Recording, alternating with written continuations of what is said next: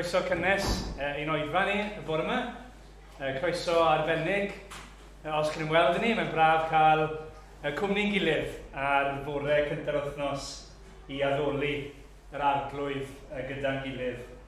Croeso arbennig i Alun, sydd o Abertawe, ac yn ni'n ddiolchgar iawn ti wedi dod wrth ni heddi, yn edrych ymlaen i glywed beth sydd Duw i ddweud wrth ni trwy ti, pob bendig i ti o'r ddarwen ni.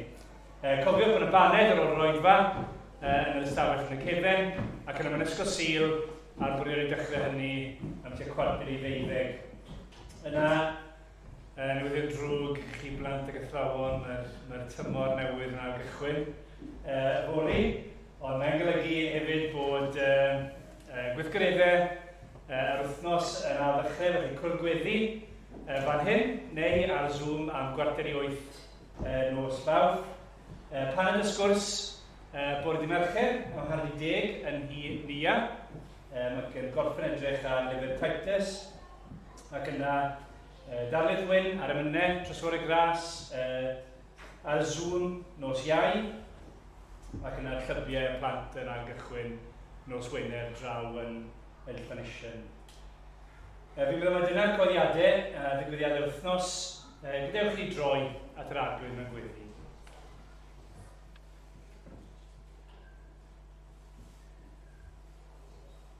O adrodd Dduw, ni yn diolch yn fawr i ti am y fraint sydd gyda ni nawr y bore yma, ddod gyda'n gilydd, ger dy fron di i lladdoli di. Ti sydd yn Dduw uwchlaw bob Duw arall. Ti sydd yn teyrnasu o dragwyddoldeb i dragwyddoldeb. Ti sydd a'n bywydau ni, y byd cyfan yn dy ddwylo di, yn trefnu ac yn cynnal bob peth. Arglwydd ni'n diolch ti bod ni'n cael dod ger dy fron di yn enw ac yn heiddiant yr arglwydd Iesu Grist. Arglwydd ni'n diolch ti bod ni'n gallu dod yn hyderus bod i waith e, yn ei fywyd e, a'i farwolaeth e, a'i atgofodiad e, yn ddigonol dros yn cychodau ni, a bod ni nawr yn cael mwynhau y bywyd gyda fi. Arglwydd i'n gweddio bore yma, neu di ddangos i ni mwy o'r arglwydd Iesu Grist. Arglwydd ni wedi bod gyda Alun wrth y fe yn harwen ni. Neu di roi Christian i wrando ar hyn sydd y ti ddweud. Ac o Dduw i gweddio fod ysbryd i ar waith.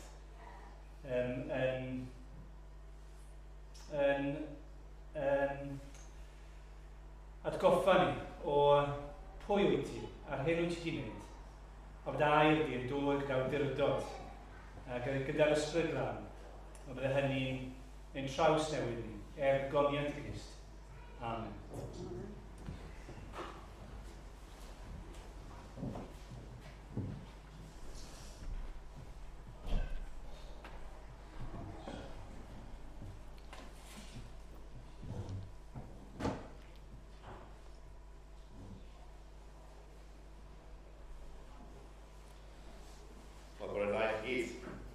Mae wir yn hyfryd i allu bod gyda chi ar y saboth yma. Nawr, dwi'n newydd sylweddoli, dwi wedi gadael y rhestr ymynel o'r fy nawr le. Lle mae iddo fi?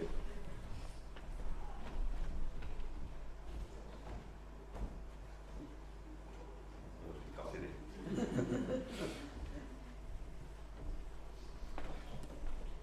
Wel, mae'r geiriau gyda chi o'r blaen, dwi'n meddwl. Un dau saith. Fe ganwn ni Erin 127 o'r llyfr gyda'n gilydd i ddechrau ein arddoliad ni y bore yma. Newyddion braf o ddaeth i'n bro, hwy'n heidden gael ei dwy'n ar go, mae'n Iesu wedi cario'r dydd aeth carcharorion fynd yn llun. Amen. Yn ei ganu gyda'n gilydd.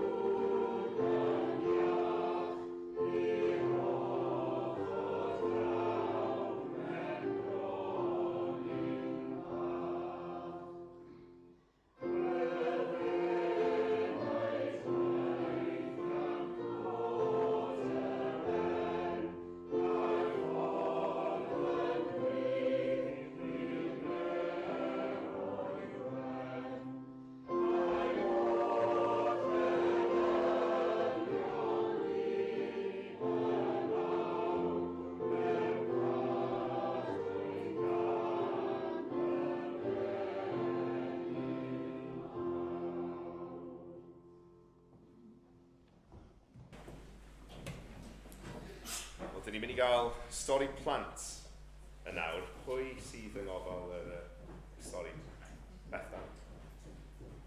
O, mae'n dod. Diolch, Bethan.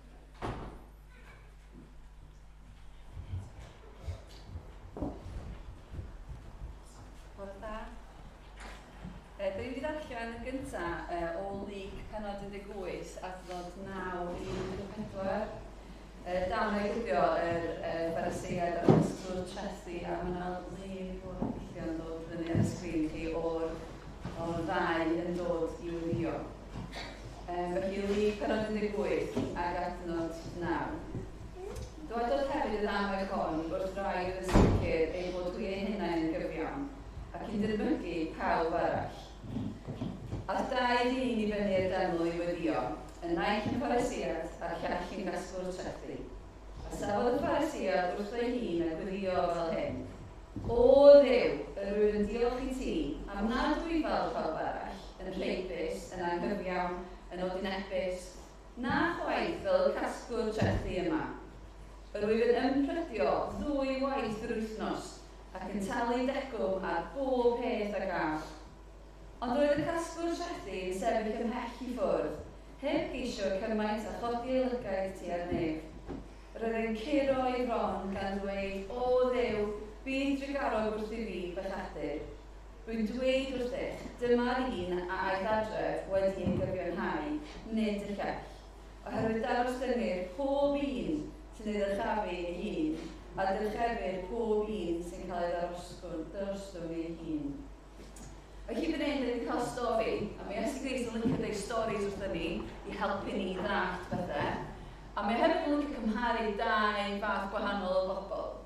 A mae'r 2 yma wedi dod I weddio. Os rwy'n chi meddwl wrth fi am bethau sy'n gyffredin am y 2 berson yma sydd wedi dod I weddio hefo'i gilydd yn y synagog. Be sydd yn debyg, be sydd yn un peth.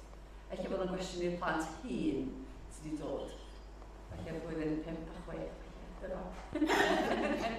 Os rhywbeth yn debyg, neu falle rhoi dolion, os rhywbeth yn debyg yn ei diwrnod nhw y diwrnod yna, be maen nhw wedi gwneud sydd yn peth. Mae'r 2 yn mynd i'r synagog. Diolch yn fawr, mae'r 2 wedi mynd i'r synagog, athro arall fan hyn yn dweud. Mae'r 2 wedi mynd i'r synagog, do, ie, grêt, unrhyw beth arall? Mae'r 2 yn nhw'n dod o'r un cymuned, mae'r 2 yn nhw yn ei ddewon, a mae'r 2 yn nhw wedi dod I le o addoli. Mae'r 2 yn nhw wedi dod i'r un lle I wneud yr un peth. A mae yna lot o bethau sy'n debyg amdano ni bore yma. Da ni gyd I dod i'r capel bore yma, da ni gyd I dod efo'n gilydd, da ni gyd falle siarad yr un iaith, da ni'n canu yr un emyn. A mae yna lot o bethau debyg gyda fo'n ffrindiau ni yn yr ysgol. Dwi'n siŵr chi wedi gwneud ffrindiau erbyn hyn yn yr ysgol. A pan da ni'n dod at ein gilydd I rwle, lle da ni'n dod i'r dosbarth, da ni'n dod i'r capel, da ni'n aml iawn yn chwilio am bobl sy'n debyg I ni'n dran. Da ni'n licio, weithiau da ni'n dweud, o mae gennym fi wallt brown, so mae gennych chi wallt brown, so felly chi fod yn ffrindiau. Neu weithiau da ni'n dweud, wel, dwi'n licio chwarae Fortnite, a ti'n licio chwarae Fortnite, so be am I ni chwarae Fortnite efo'n gilydd, weithiau dyna beth da ni'n gwneud. A mae yna lot o hynny, a mae hynna'n gret, mae yna lot o bethau sydd gyda ni'n gyffredin yn does. A weithiau, da ni'n dod ar draws pobl, ac wrth I ni chwarae y gemau a gwneud y pethau da ni'n gwneud, weithiau mae'r geiriau, ond dwi'n well na chdi yn gwneud hwnna. Dwi yn licio chwarae Lego, ond dwi'n gallu gwneud rhywbeth mwy na chdi. Mae gennym fi, ella bod fi wedi casglu cadw Pokemon, ond ella bod fi wedi cael mwy na chdi, a mae'r geiriau yna'n dod yn aml iawn mewn i'r ffordd da ni'n siarad. Dwi'n clywed a lot yn yr ysgol. Lot o blant yn licio deud bod nhw yn well na rhywun arall. Ac yn meddwl, os ni'n siarad fel la, da ni'n mynd I gael mwy o ffrindiau. A dyma'r gair da ni'n galw, o dwi felly bod yna air fwy deheuol, dwi'n siŵr. Ond os rwy'n gallu darllen y gair yna, B, R, O, L, I, O. Os rwy'n gallu darllen o? Ie, Anne? Brolio. Ti'n gwybod beth I brolio? Na. Wel, mae Bob fan hyn, Bob y balŵn, mae o yn licio brolio. Mae genna fi Bob fan hyn yn ymhocad. A mae o yn llawn o'i bwysigrwydd ei hun. Mae o'n deud pethau fel, dwi yn well na chdi. o hen. A bob tro, mae'n deud pethau fel la, mae bob, gwrdd o? Mae bob fan hyn. A bob tro mae'n deud pethau fel hyn, mae'n deud pethau fel, dwi yn mynd i'r capel bob i disil. A mae'n mynd yn fwy llawn. Mae stafell wel i fi yn fwy na un chdi. Dydw i ddim yn twyllio fel nes di wneud yn y gêm yna. O, dwi efo mwy o likes na chdi ar Instagram. Os na i wneud hyn, dwi'n meddwl bydd dad y mam yn cael ei fi yn fwy na eich anrawd a chwaer i. A diolch beth bod fi yn well na chdi am wneud mathemateg. Diolch beth bod fi yn lwyd well na chdi yn wneud celf. A drwchwch, mae Bob, chi'n cael chi gweld o? Waw, mae wedi tyfu. Ond be mae wedi tyfu? Mae wedi tyfu yn ei bwysigrwydd o'i hun. A ydych chi'n gwybod be? Mae Iesu Grist yn deud yn really clir yn y stori yma, ydy os da ni'n llenwi meddyliau ni efo yn canmol yn hynna'n, bydda ni'n aml iawn yn gwneud, fydda ni'n methu cael bythynos iawn efo Duw. Fydda ni methu dod at Duw yn yr un ffordd, achos fydda ni mor llawn o'r aer yma. A be mae'r Beibl yn deud yn glir ydy, os da ni fel hyn, ac os da ni'n brolio ac yn deud trwy'r amser, mi fydd Duw yn gwneud ni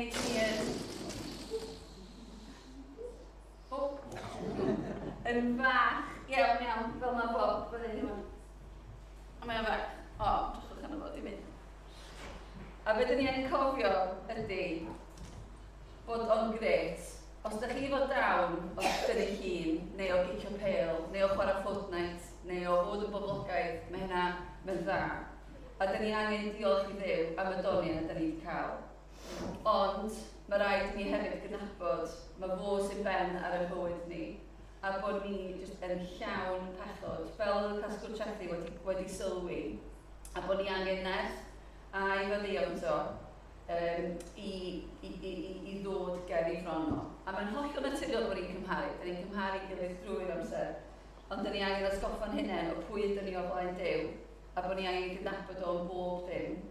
A roedd y colonnau yn fod yn llawn ac edrych o'r rhai a deud sori am y bechod hyn.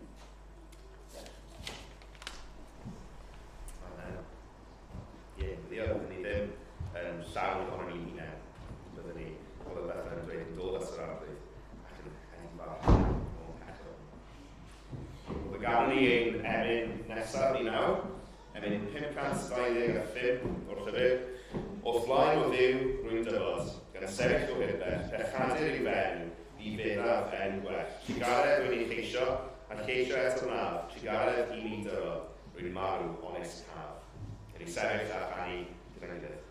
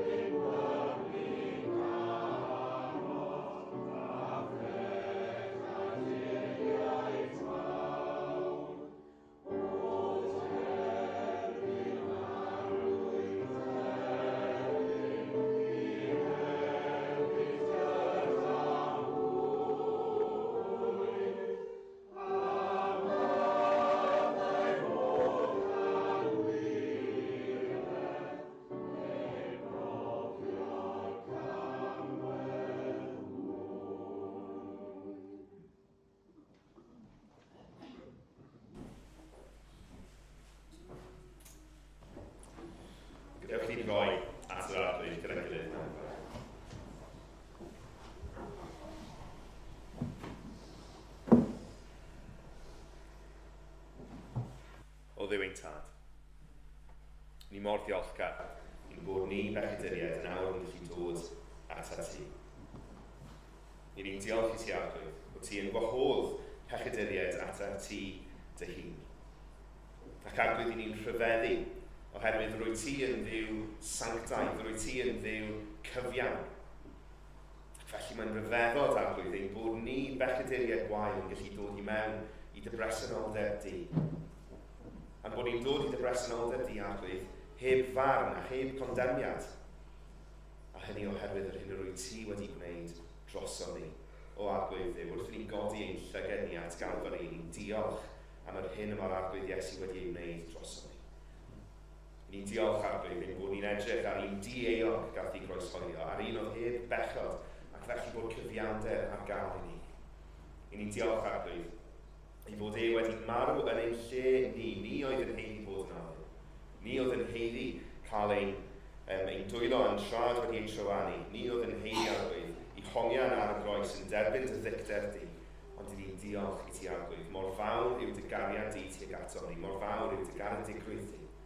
Bod ti wedi gwneud ffordd i ni dderbyn cyfiawnder, i ni dderbyn maddeuant, ac i ni dderbyn mabwysiad i dy deulu di.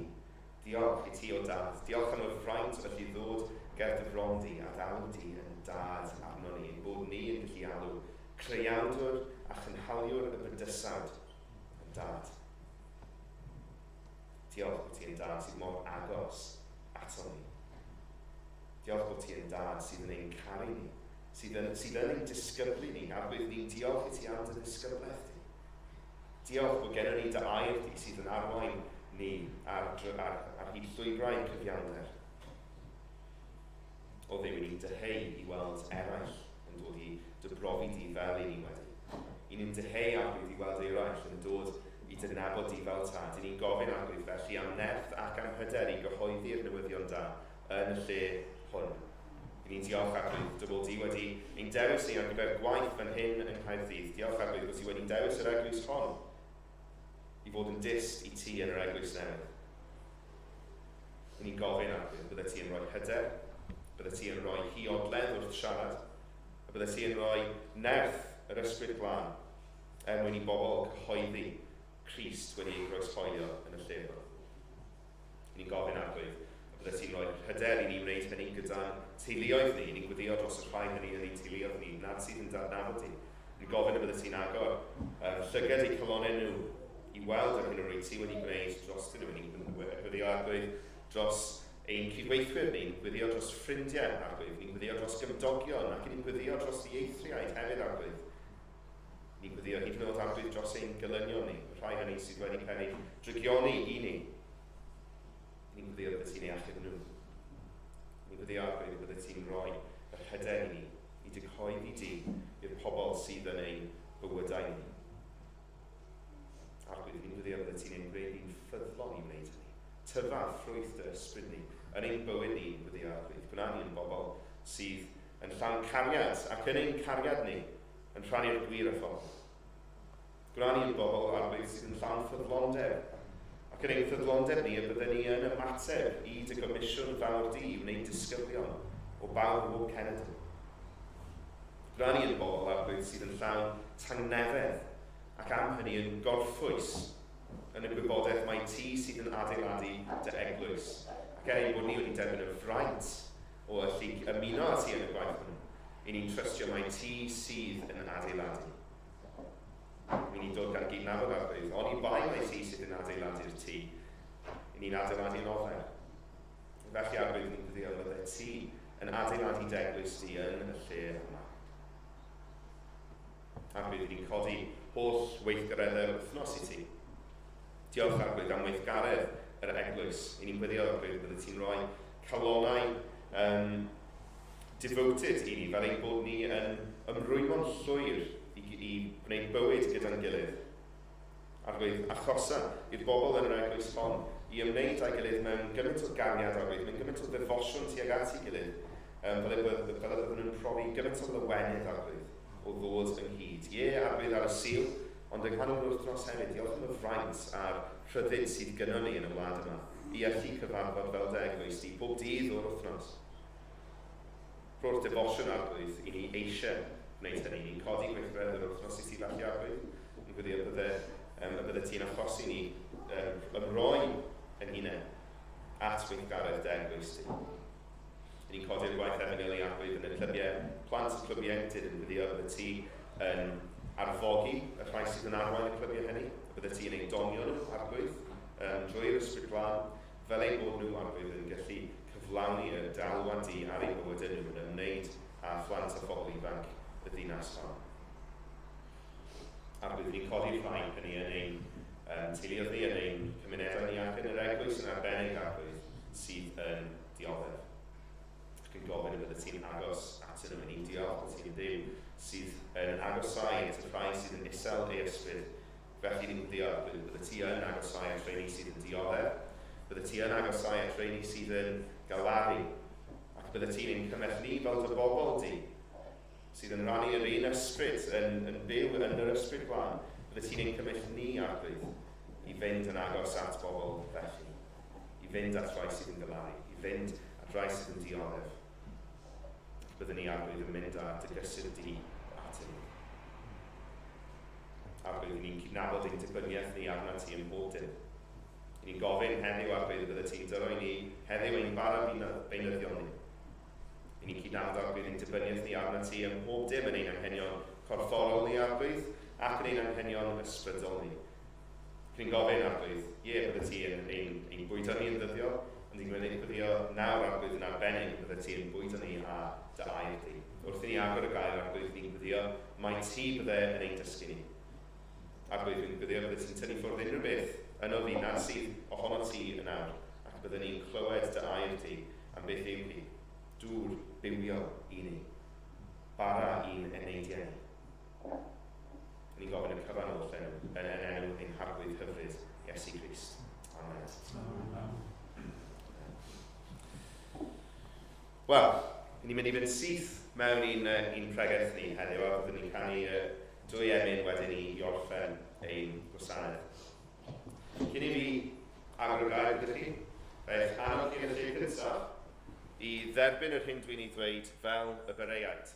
Y byddwch chi yn mesur pob dim dwi'n ei wneud heddiw yn erbyn gair Duw.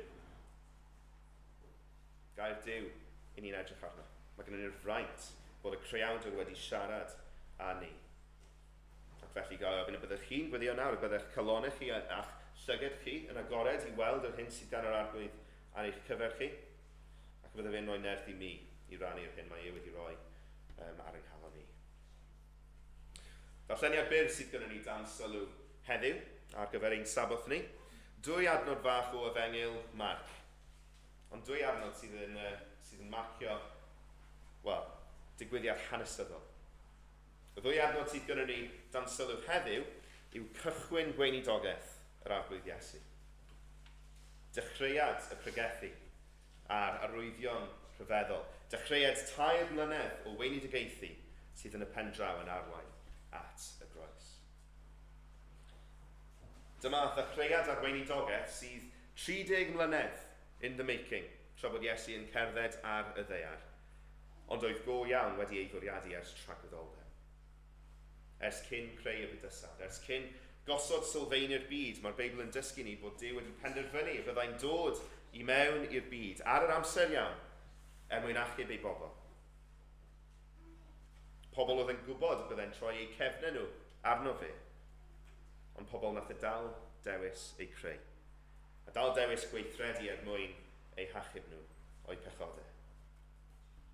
Mae'r ddwy adnod yma yn Marc 1, 14-15 yn cofnodi cychwyn y weinidogaeth yna, sydd wedi ei bwriadu ers tragwyddoldeb ac sy'n mynd i arwain yr arglwydd at y groes, lle mae'n cymryd y gosb mwyn ei bobl e.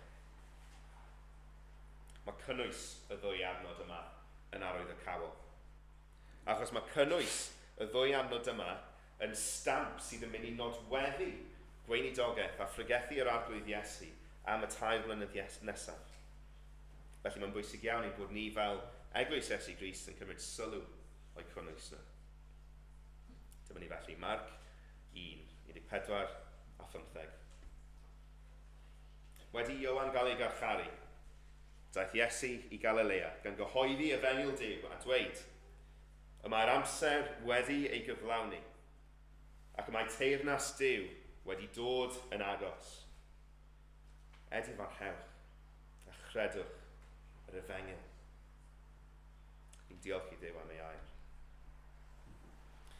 Mae'r teyrnas wedi dod yn agos oherwydd mae'r brenin wedi cyrraedd.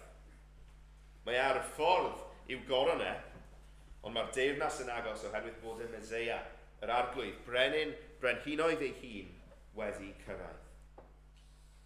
Beth yw galwad y brenin ar ei bobl? Edifarhewch a chredwch y newyddion da, chredwch yr efengyl. Edifeirwch a ffydd, repentance and faith. Dyma efeilliaid yr efengyl. Efeilliaid gras. Ein bod ni'n dod i gredu ac yn edifarhau.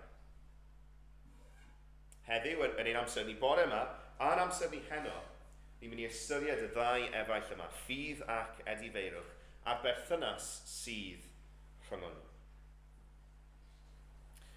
Yn fy nosbarth cofrestru yn yr ysgol, mae gen i fi ddwy efaill, Cameron a Rhys. A mae'r ddwy ohonyn nhw'n ffrindiau gorau. Maen nhw'n hollol inseparable. Chi'n methu eu gwahanu nhw. A mae y wir yn twymo'r galon i weld nhw gyda'i gilydd yn ymwneud â'i gilydd. Maen nhw'n gwneud y cyfan da'i gilydd. Maen nhw'n package deal fel petai. Chi ddim yn cael Cameron heb fod Rhys yna hefyd. Pan nes i gwrdd â nhw am y tro cyntaf, rhyw 6 mlynedd ôl erbyn hyn. Nes i gwrdd ag un ohonyn nhw yn gyntaf. Bod y ddwy gyda'i gilydd yn eistedd drws nesaf i'w gilydd, nes i gael fy nghyflwyno i un o'r efeilliaid cyn cwrdd ar ail. O'n i'n mynd i gwrdd ar ail yn hollol anatod, o'n nhw'n dod gyda'i gilydd fel package deal, ond nes i gyfarfod ag un ohonyn nhw gyntaf, wedyn y llall. Mae ffydd ac edifeirwch diwio ychydig fel hyn. Maen nhw'n efeilliad gras. Mae'r ddau beth yma, maen nhw'n nodweddion hanfodol y mywyd un sydd yn credu, edifeirwch a ffydd. Ond y cwestiwn dwi eisiau gofyn i chi i gychwyn ein amser ni bore yma yw hyn. Pwy'n sy'n dod gyntaf? Pan mae person yn dod yn Gristion, pan mae person yn dod i nabod yr arglwydd am y tro cyntaf, pwy un o'r efeilliad yma ydyn nhw'n dod i nabod gyntaf? Pwy un ohonyn nhw ydyn ni'n profi gyntaf wrth ddod i nabod yr arglwydd Iesu? A pha un sydd wedyn yn dilyn y llall yn hollol anochel. Y bore yma, i ni'n mynd i ystyried edifeirwch. Heno, ni'n mynd i ystyried ffydd. Fel fi wedi gweud, mae'r ddwy yn efeilliad, chi methu wir a'i gwahanu nhw, felly wrth sôn am un, yn anatod, i ni'n mynd i fod yn sôn am y llall hefyd, ond fydd ein pwyslais ni bore yma ar edifeirwch, a'n pwyslais ni heno ar ffydd. Nawr, dwi eisiau rhoi heads up i ni. Dwi'n credu, yn sincere gobeithio, bod gair Duw yn dysgu i ni, mae ffydd yw'r efaill gyntaf i ni gwrdda, a gydag edifeirwch yn dilyn. Ond dwi'n gobeithio erbyn diwedd ein amser bore yma, fe welwch chi pam bod wedi dewis edrych ar edifeirwch yn gyntaf heddiw. Felly gadewch ni ystyried, beth yw edifeirwch? Beth yw hi i edifarhau? Beth yw repentance? Mae J.I. Packer yn esbonio bod edifeirwch fel troad 180 gradd. Sa'n gwybod os oes unrhyw athrawon maths yma, ond troad 180 gradd yw hyn. All the way round. O'r ffrynt i'r cefn. 180 gradd yw flip cyfan. Os newch chi googlo'r term edifeirwch, fe fydd Google yn rhoi'r diffiniad yma i chi. To feel or express sincere regret or remorse about one's wrongdoing or sin. Mae'n esboniad arall yn codi wrth ystyried y gair groegaidd greiddiol sy'n cael ei ddefnyddio fan hyn. Y gair sy'n cael ei gyfieithu fel edifeirwch yw metanoeo. Meddeiwch i fi am y ffordd dwi wedi pronounsio hwnna, fi'n siŵr bod yn anghywir, ond Dyna'r gair metanoeo. Ac ystyr y gair hwnnw yw i newid ein meddwl am rhywbeth. Mae'r tri pheth yma, maen nhw i gyd yn rhan o edifeirwch. Ein bod ni'n gwneud troad 180 gradd, ein bod ni'n teimlo sincere regret or remorse about our wrongdoing, ein bod ni'n newid ein meddwl ni am ein pechod. Mae'r tri pheth yna, maen nhw i gyd yn rhan o edifarhau. Ond mae jyst deall y pethau yna ddim yn ddigon i ddeall beth yw edifeirwch diwiol. Y gwir yw hyn, ffrindiau. Mae edifeirwch yn waith sydd yn digwydd yn rhaidd person. Mae'n rhywbeth sydd yn digwydd yn y galon. A mae yna sawl cymhelliant gwahanol yn gallu sbardino troad 180 gradd. Mae yna sawl cymhelliant gwahanol yn gallu achosi i mi deimlo sincere regret or remorse about my wrongdoing. Mae yna sawl cymhelliant gwahanol yn gallu achosi i mi newid fy meddwl am fy mhechod. Ac felly heddiw, dwi eisiau bod ni'n mynd at galon y peth. A deall beth yw gwir edifeirwch diwiol drwy ystyried beth sydd yn eich cymell chi i edifarhau. Beth sydd yn eich cymell chi i newid eich meddwl am eich pechod chi. Dwi eisiau ni ystyried tri chymhelliant i edifarhau. 2 ohonyn nhw yn fathau o edifeirwch sydd yn dod o gymelliannau gwag, ond y trydydd yn wir edifeirwch diwiol. Dwi eisiau siarad yn gyntaf am edifeirwch bydol. Edifeirwch bydol neu edifeirwch daearol neu drallod bydol, worldly sorrow. Mae hwn yn edifeirwch sydd yn codi oherwydd canlyniadau bydol ein pechod ni. Wrth i fi syrthio'n fyr yn fy mywyd i, mae yna ganlyniadau bydol yn mynd i fod. Petawn ni'n colli tymer gyda phlentyn yn y gwaith, yn codi llais ac yn gweiddi atyn nhw. Mae yna ganlyniad bydol i hynny. Digon bosib byddai plentyn oedd unwaith yn gweld fi fel athro o'n nhw'n gallu ymddiried ynddo yn colli'r delwedd yna ohono fi. Mae yna gost berthynol i hynny. Mae yna relational cost i'r berthynas athro-dysgwr. Ac efallai y noswaith yna, dwi'n mynd adre, dwi'n myfyrio dros fy niwrnod i, a dwi'n gweld, nes i gor-ymateb yna. Fi ddim di ymarfer hunan reolaeth. A dwi'n gytid, dwi'n torri calon dros yr effaith mae fy niffig hunan reolaeth wedi cael. Hynny yw, bod fy mhechod i wedi effeithio'r berthynas gyda'r dysgwr yna. A dwi'n penderfynu y noson honno na i ddim ymateb fel ni eto. Dwi wedi mynegu sincere regret and remorse. Dwi wedi newid fy meddwl am fy mhechod, rhywbeth o'n i'n gweld yn dda yn y foment, bellach dwi'n gweld yn ddrwg. Ond, dydy fy ymateb i yn y foment yna, dyw e ddim yn edifeirwch diwiol. Achos beth yw cymhelliant fy edifeirwch i fyna? Fy ngholled i. Dwi'n drist oherwydd fy mod i wedi colli rhywbeth. Dwi wedi colli perthynas positif a dysgwr. Dwi wedi colli urddas yn llygad y plentyn hwnnw. Ac felly mae fe edifeirwch fyna wedi ei gymell gan fy ngholled i. Mae edifeirwch felly yn dod o gymelliannau hunanol. Mae'r thought experiment bach yna yn un ddefnyddiol dwi'n gobeithio, mwyn cyfleu rhywbeth o natur edifeirwch bydol, ond ystyriwch rai esiamplau mwy dwys. Rhywun yn edifarhau o lofruddio rhywun, oherwydd bod nhw yn y carchar. Mae ganddyn nhw deimlad dwfn o remorse and sincere regret, fel ni wedi sôn am. Maen nhw'n difaru'r hyn maen nhw wedi ei wneud, ond maen nhw'n sori yn bennaf oherwydd canlyniadau eu pechod nhw arnyn nhw. yn yr ystyr mae'n agost wedi bod iddyn nhw. Mae'n edifeirwch hunanol. Dychmygwch person arall falle, sydd yn cael ei dal mewn perthynas amhriodol tu allan i briodas. Mae'r briodas yn mynd ar chwal. Mae'r perthynas gyda'r plant yn cael ei roi dan straen. Digon bosib wedyn bydd y person yna yn mynegu teimlad cryf iawn o ddifaru'r hyn maen nhw wedi ei wneud.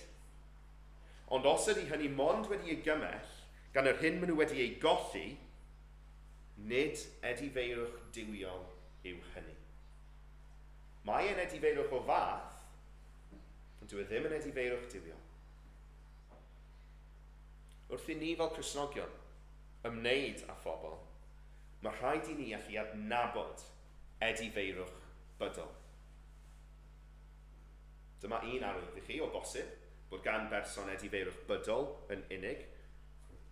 Os mae rhywun mond yn difaru rhywbeth, ar ôl iddyn nhw cael ei dal, o digon bosib bod chi'n delio gydag edifeirwch bydol yn y sefyllfa yna.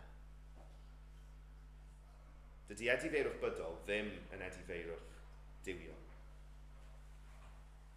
Digon bosib bod chi wedi gweld y math yma o edifeirwch ym mywydau'r bobl o'ch cwmpas chi. Digon bosib bod chi nawr yn adnabod eich bod chi mewn rhai sefyllfaoedd dim ond wedi edifarhau yn fydol. Os ydyn ni mond yn difaru rhywbeth oherwydd y gost sydd wedi bod i ni, nid edifeirwch diwiol sydd gyda ni. Yr ail fath o edifeirwch sydd yn syrthio'n fyr o wir edifeirwch yw edifarhau sy'n digwydd oherwydd cyfraith. Edifeirwch cyfreithiol, legal repentance. Wrth ddefnyddio'r gair cyfreithiol fan hyn, dwi'n golygu'r deg gorchymyn, sef cyfraith moesol Duw. Ond gai esbonio hwn felly gyda darlun secular arall. Dychmygwch fod person yn gyrru eu car nhw. Mae gennym nhw 9 pwynt ar eu leisens nhw. 9 pwynt ar eu trwydded gyrru. Un trosedd arall, a maen nhw'n colli'r trwydded. Dyma nhw'n ffindio'u hunain yn teithio 50 milltir yr awr mewn ardal lle'r terfyn yw 40 milltir yr awr. A maen nhw'n dweud i'w hunain, be dwi'n neud? Dwi'n idiot, na'n colli'n leisens i. Un trosedd arall a mae'r gyfraith yn mynd i tynnu'n leisens i ffwrdd. So maen nhw'n slofi lawr yn syth. Syth lawr i 40. Maen nhw'n pasio'r heddwas ychydig yn hwyrach, a mae un rhoi bawd lan iddyn nhw. Dim problem o gwbl, bant a nhw. Wnaethon nhw ymwrthod ar hyn oedden nhw'n neud o'i le, nathon nhw newid eu ffyrdd nhw, ond beth oedd eu cymhelliant nhw fyna? Ofn cosb, ofn condemniad, ofn canlyniadau eu pechod. Smo edifeirwch sy'n codi o ofn derbyn cosb yn edifeirwch diwiol chwaith. Yn achos y gyrwr yna, dim ond ofn cosb nath gymell yr arafu. Nid dyheuad i warchod bywydau pobl oedd yn croesi'r ffordd. Chi'n gweld eto, dyma sefyllfa lle nad yw'r cymhelliant yn gywir. Nawr, yng nghyd-destun gair Duw, dwi'n credu bod yr un peth yn wir. Fe all person ddod at y deg orchymyn, dod at gyfraith Duw, gweld ei bod nhw wedi torri'r gorchmynion, a gweld bod gair Duw yn dweud mae'n gosb am dorri'r gorchmynion, oherwydd mae Duw yn gyfiawn. A mae'r pethau yma i gyd yn wir. Ond os ydyn nhw'n edifarhau o'u pechod nhw fyna, o'r gyfraith, os ydyn nhw'n ymwrthod o'u pechod nhw oherwydd ofn cosb, nid edifeirwch diwiol yw hynny chwaith. Plis peidiwch yng nghamddeallu. Mae yna gosb am dorri cyfraith Duw. Mae yna gosb am bechod, am wrthryfela yn erbyn Duw, ac uffern tragwyddol yw'r gosb hynny, tragwyddoldeb tu allan i gariad Duw. Ond os ydyn ni'n troi i ffwrdd o'n pechod ni, oherwydd ofn y gosb yn unig, nid edifeirwch diwiol yw hynny chwaith. Peidiwch am camddeallu, mae e'n iach i deimlo ofn y gosb, mae'r gyfraith yn ei hawlio, ond nid dyna yw cymhelliant gwir edifeirwch chwaith. Gallai person fynd i holl bywyd nhw yn meddwl bod nhw wedi edifarhau, oherwydd maen nhw'n gweld eu pechod nhw yn rych y gyfraith, maen nhw'n ofni'r gosb am eu pechod nhw, felly maen nhw'n troi cefn ar eu pechod nhw, maen nhw'n byw bywyd sydd yn edrych yn reit ddiwiol o'r tu allan. Be sy'n ar goll yn y fformiwla yna? Oes na ddim croes fyna. Smo hwnna'n wir edifeirwch chwaith. Meddyliwch, dyna yw fframwaith prif grefyddau eraill y byd ar gyfer edifeirwch. Ofn y gosb. Cyfraith yn dweud hyn, dwi ddim eisiau wynebu'r gosb, dwi eisiau bod yn paradwys, felly dwi'n edifarhau. Nid dyna edifeirwch diwiol, nid dyna edifeirwch Gristnogol. Mae hynny'n gorfod gael ei gymell gan rhywbeth arall. Os taw edifeirwch bydol, yw bod fi'n edifarhau oherwydd bod fi'n galaru effaith fy mhechod. Edifeirwch cyfreithiol yw edifarhau oherwydd bod fi'n ofyn effaith fy mechod arno fi fy hun. Dwi ddim eisiau wynebu canlyniadau torri'r gyfraith oherwydd dwi ddim eisiau cael fy nghondemio. Eto, mae hwn yn codi o'r hunan. Felly bod yn swnio bach yn well i ni, ond mae'n dal yn gymhelliant hunanol. Mae'r Beibl yn cynnig trydydd cymhelliant ar gyfer edifeirwch.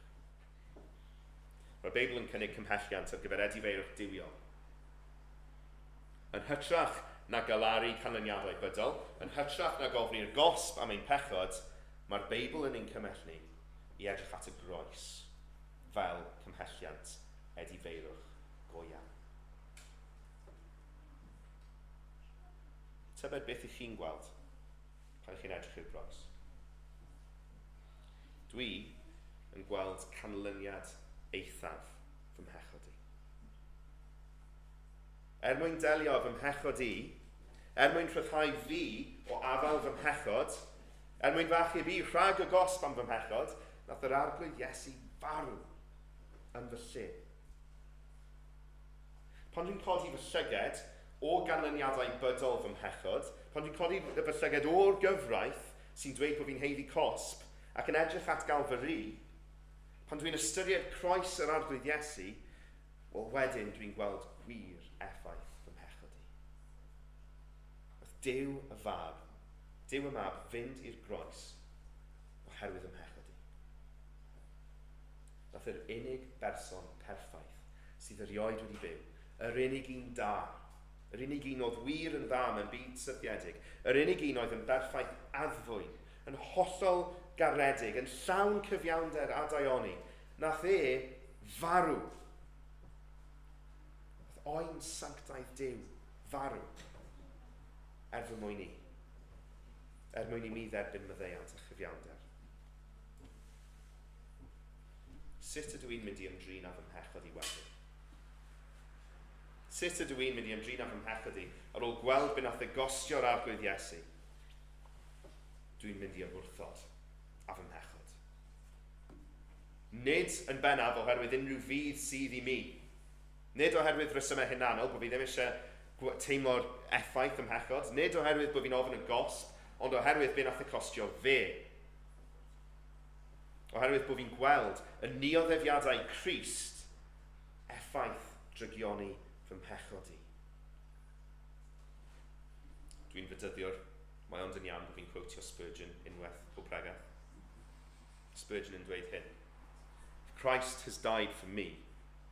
I cannot trifle with the evil that killed my best friend. Be mae'r Beibl yn dweud am y ddealltwriaeth yma o wir edifeirwch? Ife jyst fi sy'n diwynydda fan hyn? Ife fi sy'n treul bod yn glyfan fan hyn? Zechariah 12:10. Mae'r arglwydd yn dweud, a thywalltaf ar linach Dafydd ac ar drigolion Jerusalem ysbryd gras a gwyddiau, ac edrychant ar yr un a drywanwyd ganddynt, a galaru amdano, ac wylo amdano. Mae'r proffwyd Zechariah yn edrych ymlaen mewn hanes at amser Iesu Grist. A beth mae'n ei weld?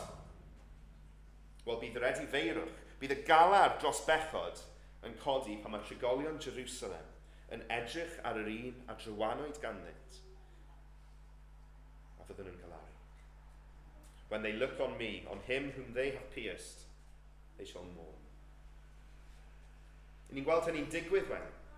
I ni'n gweld hynny'n digwydd. I ni'n gweld cyflawniad y broffwydoliaeth hwnnw yn llyfr yr Actau. Wrth anerch y dorf ar ddydd y Pentecost, ar ôl i Iesu gael ei groeshoelio, ar ôl iddo fe atgyfodi ac esgyn i'r nef, mae Pedr yn dweud hyn wrth y dorf sy'n gwrando, wrth y miloedd sy'n gwrando yn Jerusalem. Mae'n dweud, felly, gwybydded holl di Israel yn sicr fod Duw wedi gwneud yn arglwydd ac yn fyseia yr Iesu hwn a groeshoeliaswch chwi.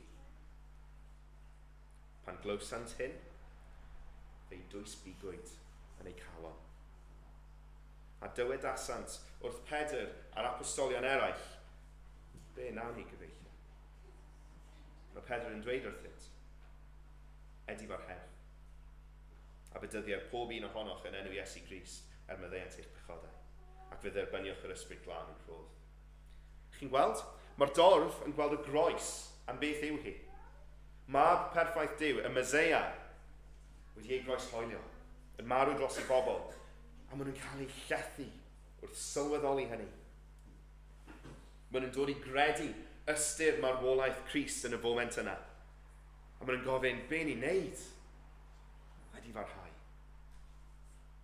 Mae edifeirwch diwiol yn dod wedi i ni weld y groes am beth yw hi.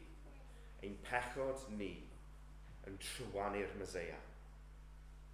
Yr arglwydd Iesu yn marw yn ein lle ni, yn cymryd y gosb yn ein lle ni, ac oherwydd hynny, i ni'n mynd i gwrthod ein pechod ni.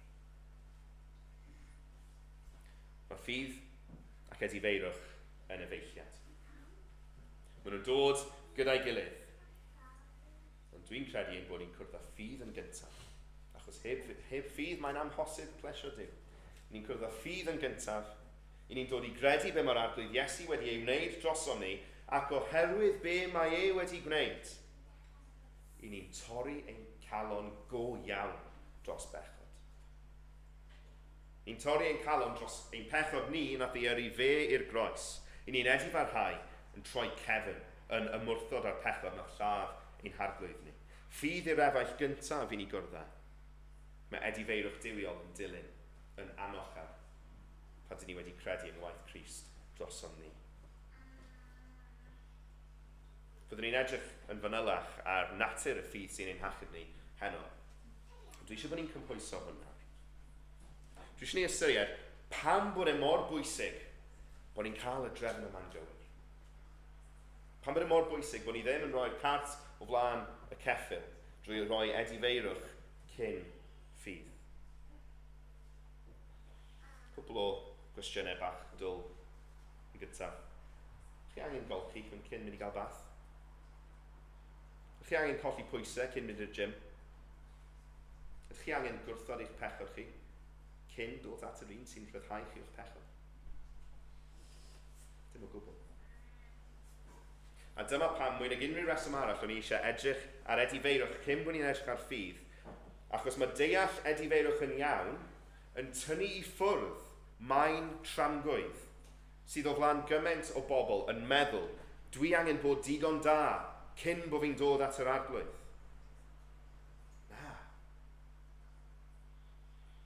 Os ydych chi'n eistedd yma fel un sydd ddim yn siŵr lle chi'n sefyll gyda Duw, falle bod chi jyst ddim yn deall sut fydde Duw eisiau rhywun fel chi, neu falle bod chi'n poeni bod chi ddim digon da i gallu ddod at Dduw i dderbyn ei fyddeiantau. Felly bod chi'n meddwl, dwi ddim yn galaru fy mhechod i digon i ddod at Iesu Grist.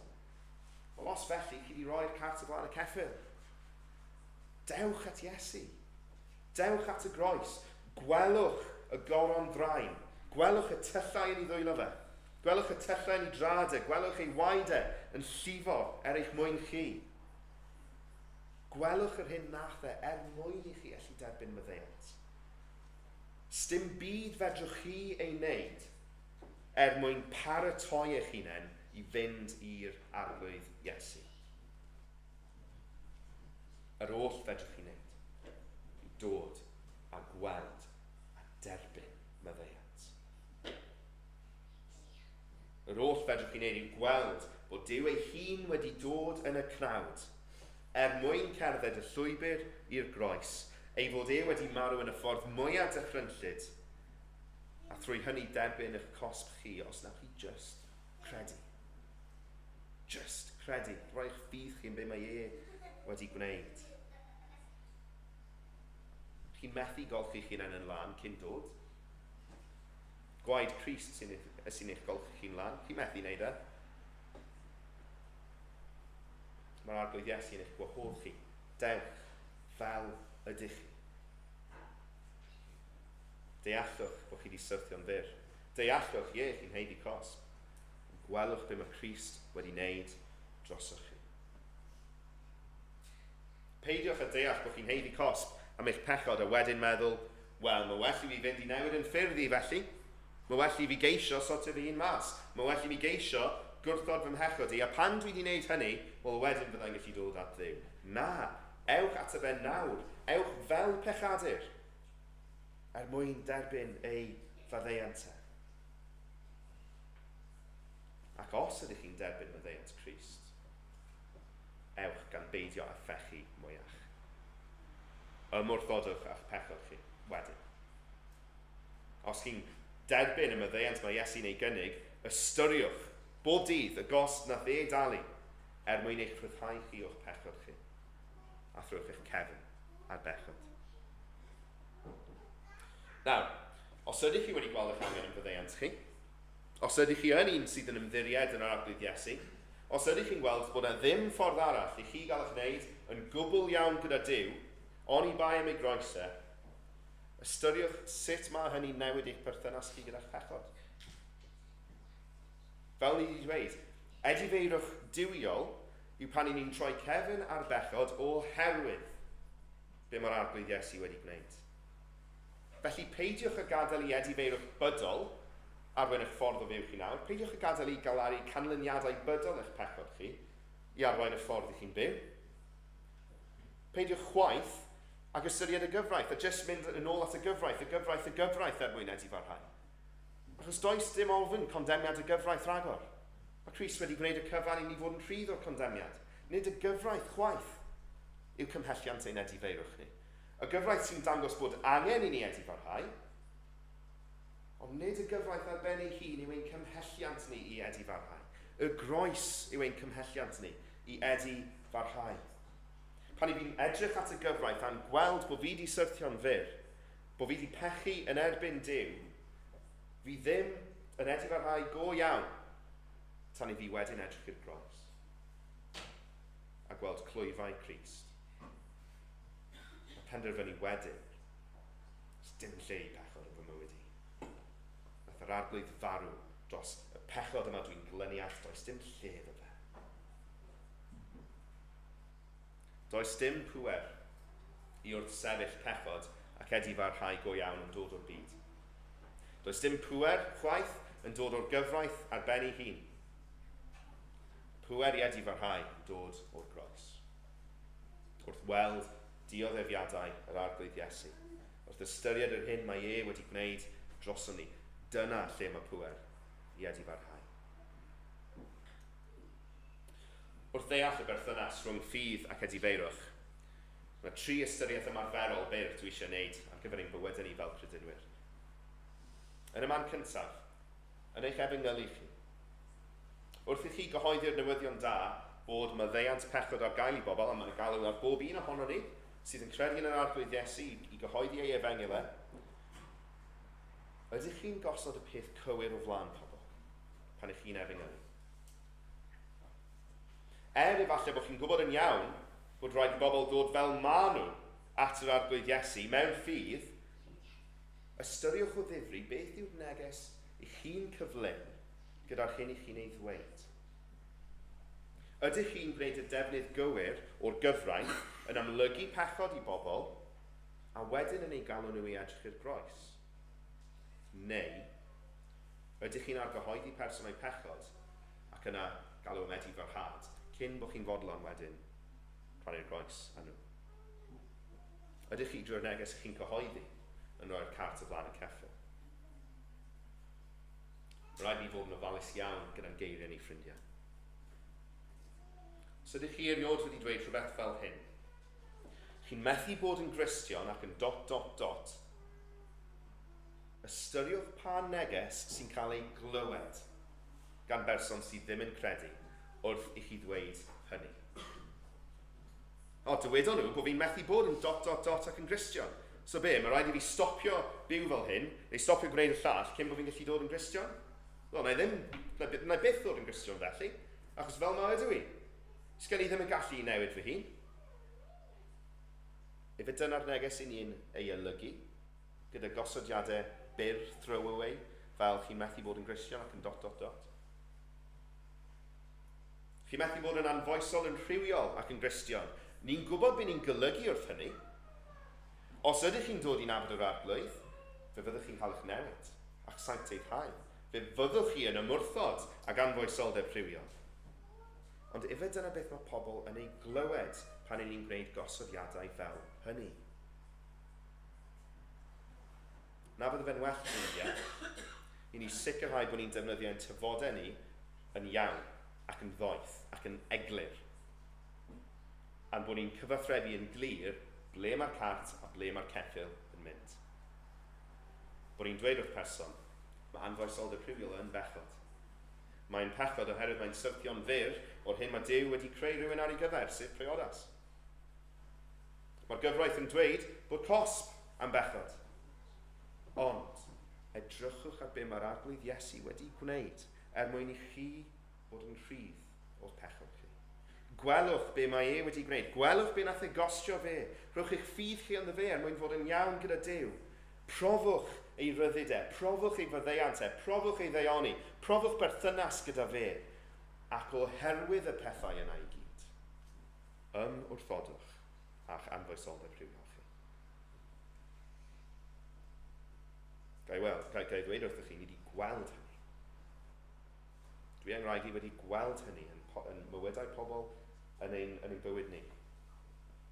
Cael y drefn yn gywir, mor bwysig ffrindiau. Rhywbeth arall, i ni mor aml yn gallu gwneud fel Cristnogion Efengylau, yw teimlo bod ni'n gorfod gweld yw ar waith y mywyd person cyn ein bod ni'n rhannu'r newyddion da gyda ni. Ein bod ni'n chwilio yn y lle cyntaf am ryw arwydd o edifeirwch am bechod, cyn ein bod ni wedyn yn teimlo, mae'r berson yma yn ymddangos falle bod nhw'n mynd i ymateb i fi os fi'n rannu'r Efengyl nawr. Maen nhw'n dangos rhyw arwyddion bod nhw ddim yn siŵr am eu pechod nhw. Eto ni'n rhoi'r cart o flaen y ceffyl fan hyn. Drwy feddwl, mae rhaid i fi weld rhywbeth y mywyd person cyn bod fi'n rannu'r newyddion da gyda nhw, i ni'n troi cynnig yr Efengyl yn un amodol. I ni'n rhoi amodau ni'n hunain ar beth mae angen i berson bod fel, neu beth sy'n angen i berson ei wneud cyn ein bod ni yn bodloni rhannu'r groes gyda nhw. Yn hytrach na chyhoeddi'r newyddion da fel cynnig rhydd i bawb i ddod at yr arglwydd Iesu. Falle bod person yn byw mewn pechod amlwg. Falle bod person yn byw mewn ffordd hollol afiach. Ydych chi'n disgwyl iddyn nhw ddeall dyfnder eu pechod nhw, ac edifarhau o'i drygioni nhw, heb iddyn nhw weld be mae e wedi costio i'r arglwydd Iesu i'w rhyddhau. Be mae Paul yn mynd ac yn cyhoeddi? Mae'n ei weinidogau efo'r gyfraith mae'n cyhoeddi? Nag mae'n cyhoeddi Crist ac yntai wedi ei groes hoeddi. Ydy Paul yn gadw pobl i edifeirwch? Wrth gwrs bod e. Mae'n rhoi'r ceffyl o flaen y cart, yn cael y drefn yn gywir. Mae rhaid i ni gyhoeddi Crist, a mae rhaid i ni galw pobl i edifeirwch, ond nid fel amod arnyn nhw'n dod i'r arglwydd. Nid fel rhyw waith mae rhaid yn nhw'n wneud i baratoi hunain i ddod i'r arglwydd. Mae rhaid i ni roi Crist ar y groes o'i blaenau. Trydydd ystyriaeth ymarferol, gan ystyried yr holl sôn i di wneud bore yma am edifeirwch yw hyn. Sut ydyn ni'n ymdrin â phechod yn yr eglwys? Sut ydyn ni'n ymdrin â phechod ymhlith ein brodyr a'n chwiorydd ni?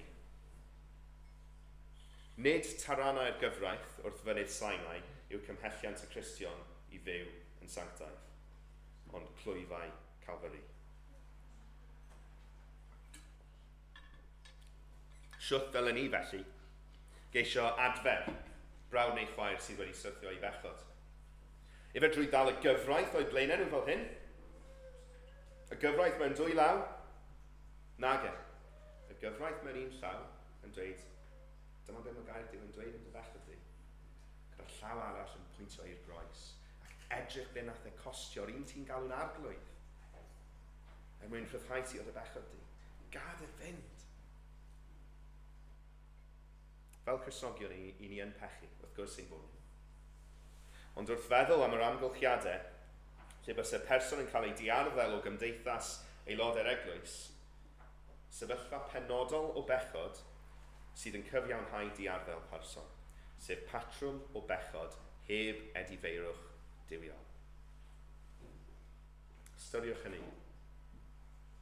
Efallai bod person wedi cyflawni pechod ofnadw yn ein llygedni, ond o'i gwirfodd nhw, maen nhw'n rannu'r peth gyda chi. A mae galar nhw yn amlwg, achos maen nhw'n edrych at y groes, a maen nhw'n gweld beth mae pechod nhw wedi costio'r arglwydd Iesu. A maen nhw'n galaru bod nhw wedi brifo Duw gyda'i pechod nhw. Cymhelliant ei edifeirwch nhw yw clwyfau'r arglwydd Iesu. Dylai fod croeso cynnes i'r person yna yn cymdeithas yr eglwys. Ystyriwch ar y llaw arall, person sydd yn byw patrwm o bechod, falle ddim o'r extreme ar person cyntaf, ond patrwm o bechod, sydd mond yn cyfaddef hynny, ar ôl iddyn nhw gael ei dal, a sydd wedi bod yn byw yn y pechod yna tan iddyn nhw cael ei dal, ac eu bod yn ymddangos fel bod nhw'n galaru'r hyn sydd wedi digwydd, mae'n dod yn amlwg i chi bod y person yna mond yn torri calon achos mae yna ganlyniadau wedi bod yn ei bywyd nhw. Wel, nid edifeirwch diwiol sydd gyda ni hynna. Nid dyna yw'r edifeirwch mae rhywun sydd â'i llygad nhw ar Iesu yn dangos. Ni ddylai fod croeso i'r person hwnnw yn cymdeithas aelodau yr eglwys. Oherwydd mae'r arwyddion yn ei bywyd nhw yn dangos bod nhw ddim yn trystio yn yr arglwydd. Mae cael trefn ffydd ac edifeirwch yn bwysig, ond dwi eisiau dod yn un ôl at rhywbeth nes i weid ar y cychwyn. Maen nhw'n efeilliad, maen nhw'n dod gyda'i gilydd. Smo edifeirwch diwiol yn dod heb ffydd, ac os oes ffydd go iawn, fe ddaw edifeirwch sydd yn tarddu o'r groes. Ffydd yn croes Crist yw greiddyn edifeirwch diwiol, ac edifeirwch diwiol yw ffrwyth ffydd yn croes Crist. Wrth gwrs, mae'r ddau enghraifft dwi newydd sôn am, maen nhw'n orsymleidiad. Ond mae angen doethineb, mae angen dirnadaeth. Mae eisiau calon bugeiliol wrth ymdrin â sefyllfaoedd o bechod o fewn yr eglwys, ond dwi'n gobeithio bod rhywbeth o'r egwyddor yma bach yn eglurach i ni, wrth ystyried sut mae edifeirwch yn gallu dod o gymhelliannau gwahanol. Dwi ddim yn ddigon, dwi'n meddwl, i ni fel Crisnogion i jyst dweud mae edifeirwch yw troi cefn ar bechod. Mae pob prif crefydd ar draws y byd yn sôn am edifeirwch fel yna. Mae'n edifeirwch ni yn wahanol. Mae yna bwer yn ein edifeirwch ni, achos mae'n tarddu o'r groes. Gwahoddiad sydd gen i gloi bore yma. Os ydych chi'n nabod yr arglwydd Iesu, os nad ydych chi'n nabod yr arglwydd Iesu, os nad ydych chi wedi profi ei ras a'i fyddeiante, jyst dewch ato fe fel ydych chi. Gwelwch be mae di wneud, dewch ato fe. Galarwch bod eich pechod chi wedi achosi iddo fe farw. Credwch yn ei aberthau, yn cymryd y gosb am ein pechod, bod ei aberthau'n hollol ddigonol i'ch gwneud chi'n iawn gyda Duw. I'ch gwneud chi'n blentyn i Dduw, na fydd byth yn eich condemnio chi mwyach, achos bod Crist wedi cymryd y gosb yn barod unwaith ac yn byth. Ac oherwydd hynny, ewch ac ymwrthodwch a phechod. Os ydych chi'n eistedd yma fel un sydd yn credu, diolch i Dduw am hynny, diolch am ei waith o ras yn eich bywyd chi, ond gael eich gwahodd chi bore yma i edifarhau gyda fi, oherwydd gwaith yr arglwydd droson ni, am yr adegau yna, lle mae'n edifeirwch ni wedi bod yn edifeirwch gwag. Gael eich gwahodd chi i fyfyrio, i ystyried eich bywyd chi, i gydnabod eich hunain yr adegau yna lle mae llyged chi wedi syrthio o'r groes, a bod chi'n edifarhau oherwydd bod chi'n panicio am effaith bydol eich pechod chi. Bod chi'n syrthio i ofyn condeniad. Gael eich gwahodd chi i edifarhau o'r edifeirwch gwag yna gyda ni.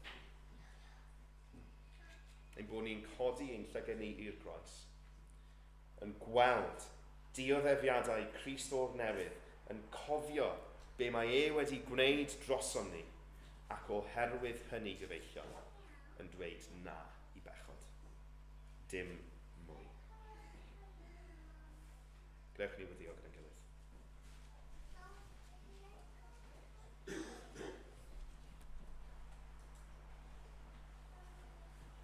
O Dduw, ni'n diolch i ti am dy air di. Yn diolch bod air di yn ein argyhoeddi ni. Yn diolch bod ti wedi rhoi dy air di i'n dysgu ni. Ni'n diolch bod gennym ni'r ddau testament yma sydd yn pwyntio at Galfari a'r hyn o'r ti wedi gwneud droson ni. Arglwydd, i ni'n dod gan edifarhau am ein pechod ni, wrth i ni ddod arglwydd at y ti a'n gweld popeth nath y gostio i ti.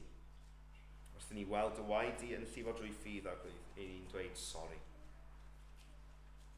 Mae'n colonnau ni arglwydd yn torri oherwydd ein pechod ni, oherwydd bod ni bechaduriaid, bod ein gwendid a'n ffeiledigrwydd ni wedi achosi i ti farw er mwyn i ni allu bod yn iawn. Maddau ni arglwydd. A ro nerth dy ysbryd di. Ro nerth yr ysbryd arglwydd er mwyn i ni allu ymwrthod a phechod. Ac arglwydd yn wir gwaith yr ysbryd glân, cadwa ein llyged ni arna ti. A gad arglwydd i dyddioddefiadau di a dy glwyfed di fod yn gymhelliant i ni i ymwrthod yn llwyr ar pechod sydd yno ni nawr. Helpa ni arglwydd drwy'r ysbryd i roi farwolaeth, yr hen gnawd, ac i fyw yn yr ysbryd a'n llyged ni a'r awdur a pherffeithydd ein ffydd ni, yr arglwydd Iesu. I ni mor ddiolchgar i ti o Dduw am yr hyn ti wedi gwneud droson ni. Helpa ni fyw mewn ffordd sydd yn dwy'n clod a mawl i denw di. Helpa ni fyw mewn ffordd lle ni'n byw bywydau o edifeirwch. Drwy edrych i'r groes. Cadwa ni arglwydd mewn dagrau ac mewn llawenydd. Wrthyn ni ymddiried yn yr hyn ti wedi gwneud ac ymwrthod a phechod yn ein bywyd ni. Ni'n gofyn y bydde ti'n gwneud hyn arglwydd am ein bod ni'n gofyn yn enw ein harglwydd Iesu. Amen. Fi ffeindio'n hapur. Wel, na ni ganu ddwy emyn felly i orffen. Emyn 44 o'r atodiad yn gyntaf. Pa fodd y meiddiaf nesu a thithau'n Dduw mor lan, dy enw yn sancteiddrwydd dy natur ysol dan, sut gallaf fentro'n agos at un a'i bydeb sydd, fil miloedd gwaith disgleidiach a heilwen ganol dydd. Gawn ni'n syth wedyn mewn i ganu ail emyn, yr ail emyn o Grymawdau, popeth gwerthfawr a fi yn fy mywyd i. Gawn ni sefyll a chanu gyda'n gilydd.